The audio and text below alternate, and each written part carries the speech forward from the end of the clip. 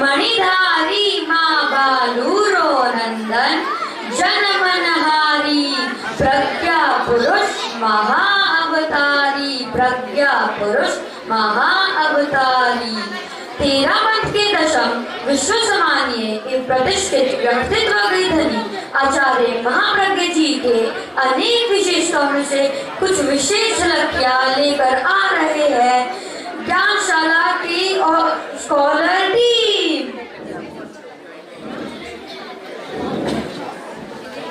जय हिंद, मैं हूँ जॉर्ज, आया हूँ लाडू विश्व भारती में अपनी टीम के साथ रिसर्च करने। महामनीषी दार्शनिक प्राकृत भाषा के पंडित लोक महर्षि 13 पंथी 10वें आचार्य महाप्रज्ञ जी के बारे में। गाइस चलो हम सबसे पहले रिसर्च करते हैं उनके बर्थ टू चाइल्डहुड के बारे में। I got it.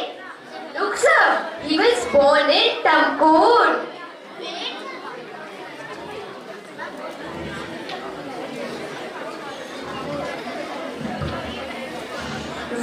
Wait sir, Tamkur का दूसरा नाम विष्णुगढ़ भी था। वन मोर थिंग सर, उनका जन्म खुले आसमान के नीचे हुआ था। Hence his name became Indrachand.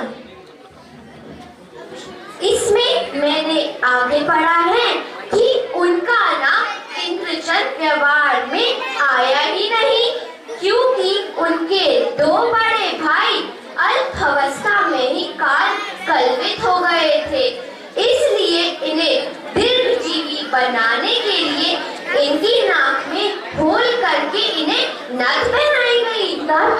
हाँ, नथ। After this, his name became Nathmal. Now let's do further research.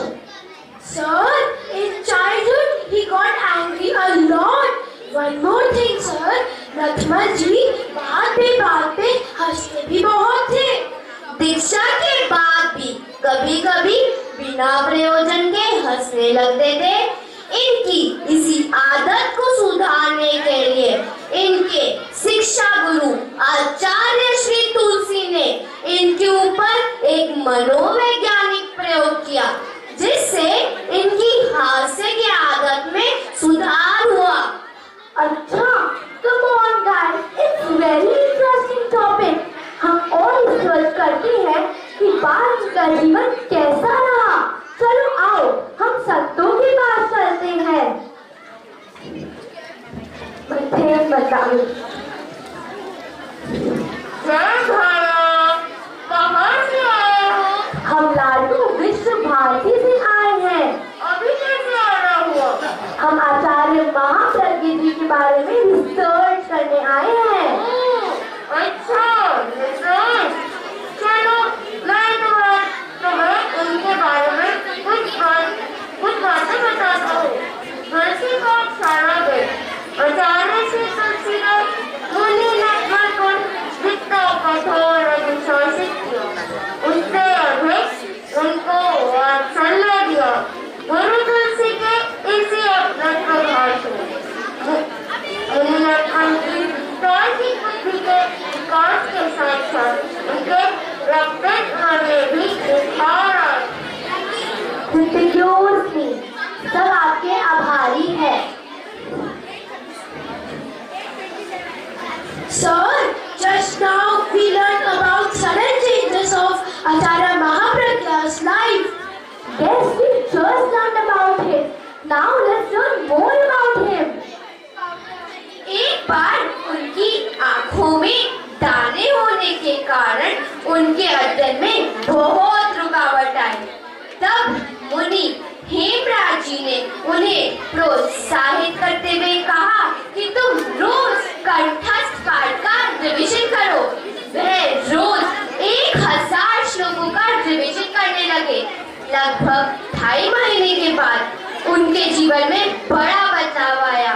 यह बदलाव अंदर और बाहर दोनों ओर से घटित हो रहा था। सर, ये सब पढ़कर तो ऐसा लग रहा है कि आचार्य महाप्रज्ञ जी एक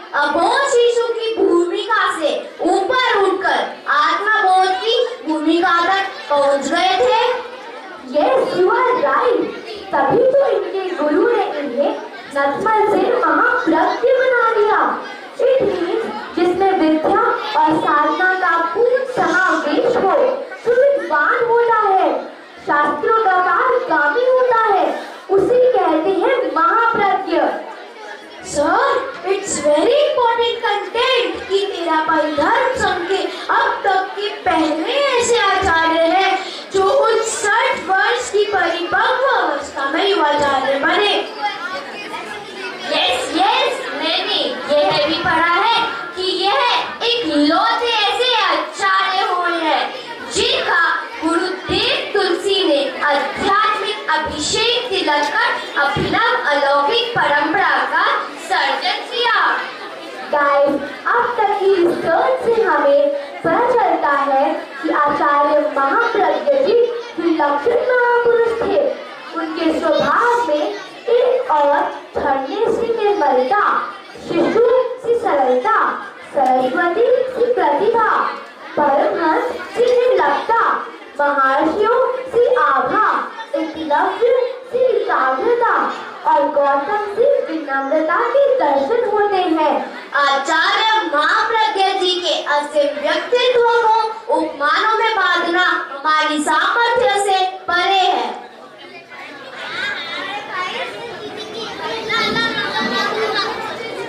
लाखा लोहा चामड़ा, पहला किस्सा बखान, बहु बछेड़ा ठीकड़ा, नेवड़िया निर्वाण। इसी प्रकार आचार्य महाप्रज्ञ जी विकास पथ की ओर बढ़ते रहे।